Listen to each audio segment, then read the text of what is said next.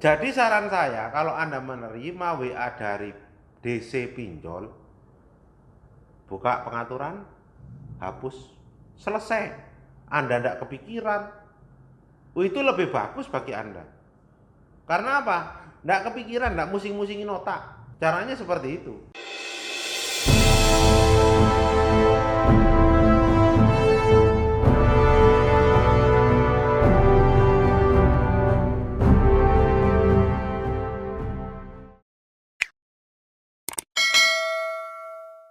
Ada satu pertanyaan klasik, Pak, bagaimana kalau tidak balas WA dari DC?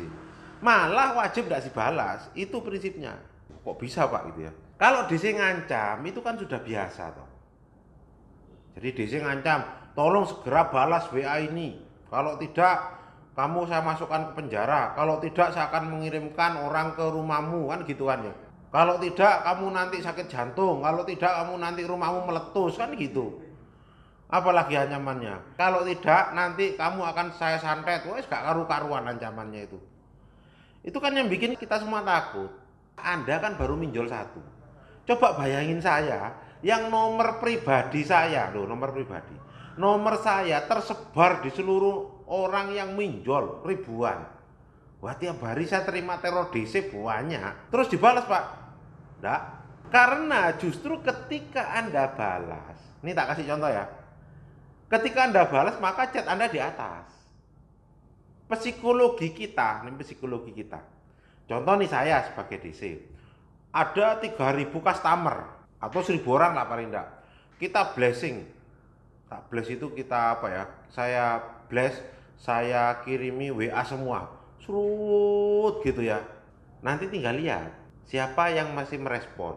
Berarti kalau masih merespon orangnya ada. Berarti orangnya masih ketakutan. Nah, itu yang dihajar.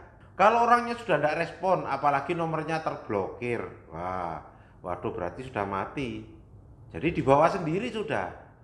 Tapi kalau masih di atas, WA-nya masuk, Anda balasin, berarti masih direspon, Anda masih ketakutan. Apalagi Anda jawab, oh iya Pak, mohon maaf belum ada uang. Wah, situ pasti dikejar. Jadi saran saya, kalau Anda menerima WA dari DC pinjol, buka pengaturan, hapus, selesai. Anda tidak kepikiran. Itu lebih bagus bagi Anda. Karena apa? Tidak kepikiran, tidak musing-musingin otak. Caranya seperti itu. Lalu bagaimana Pak kalau saya biarin terus? Ya kalau dibiarin ya seperti itulah, seperti hal-hal yang lain. Contoh, nanti foto Anda akan disebar, seperti itu. Tapi kan jadi malu Pak, malu itu kan tidak ada harinya. Paling malu kan cuma sehari.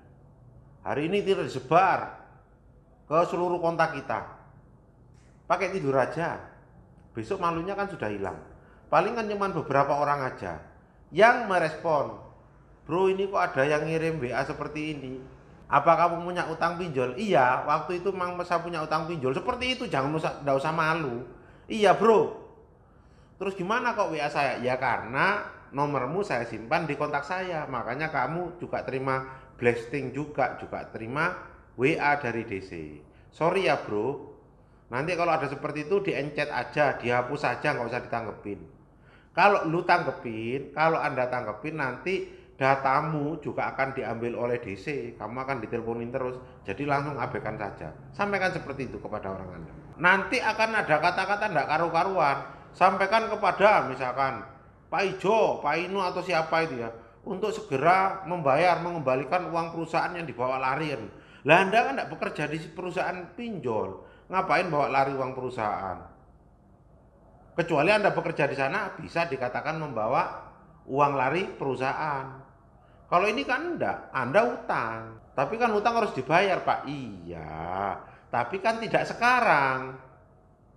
Dan jumlahnya tidak segitu, saya ingin negosiasi. Ancaman lain yang sering terjadi apa? Rekeningnya Anda diblokir. Pernah kejadian Pak? Pernah sih, tapi tidak banyak. Hanya 0,00 sekian persen yang seperti itu. Tapi yang lain enggak. Nanti BPJS Pak akan diblokir, enggak bisa. Itu ancaman basi. Karena apa? Enggak bisa lah BPJS itu diblokir. Nanti KTP-nya akan saya blokir. Waduh, masa bisa KTP diblokir? Ya nggak bisa lah. Ya, jadi banyak ancamannya. Bahkan yang sampai enggak masuk akal. Gitu ya. Sampai enggak masuk akal. Ancamannya apa lagi? Rekening diblokir, BPJS diblokir. Terus kalau enggak, nanti akan ketika ada uang masuk langsung auto debit dari rekening Anda. Kalau Anda enggak bekerja sama, tidak mengiyakan, enggak bisa mengauto debit rekening Anda. Tapi kalau pinjolnya bekerja sama dan Anda memberikan izin untuk itu, maka bisa. Tapi hanya pinjol legal, kalau ilegal enggak bisa. Nanti kalau ndak Anda balas, maka nanti kebun binatang itu akan ngikut. Wes, yang anjing lu wes gak karu-karuan lah. Anjing, babi, wes gak karu-karuan, jelek pokoknya. Nah, itu akan ngikut semua. Ya udah tanggepin aja, chat, blokir, selesai. Blokir, sehingga apa? Ketika ada WA, ndak masuk. Tapi nomor DC banyak Pak. Iya, ribuan nomor DC itu.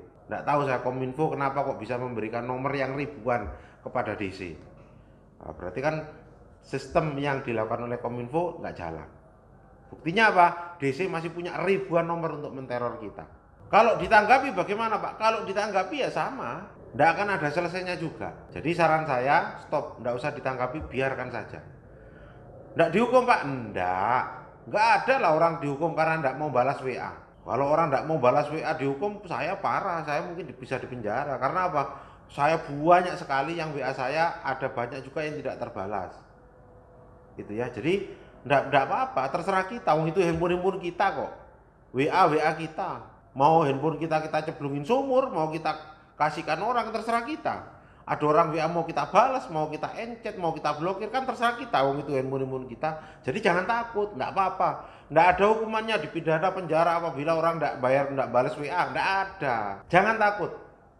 Jadi kalau seperti itu nggak usah dibalas, biarkan saja. Nanti kalau nggak terbalas, lama-lama akan hilang dengan sendirinya. Jadi saran saya kalau ada DC WA, biarin saja. Hapus chat, selesai. End chat.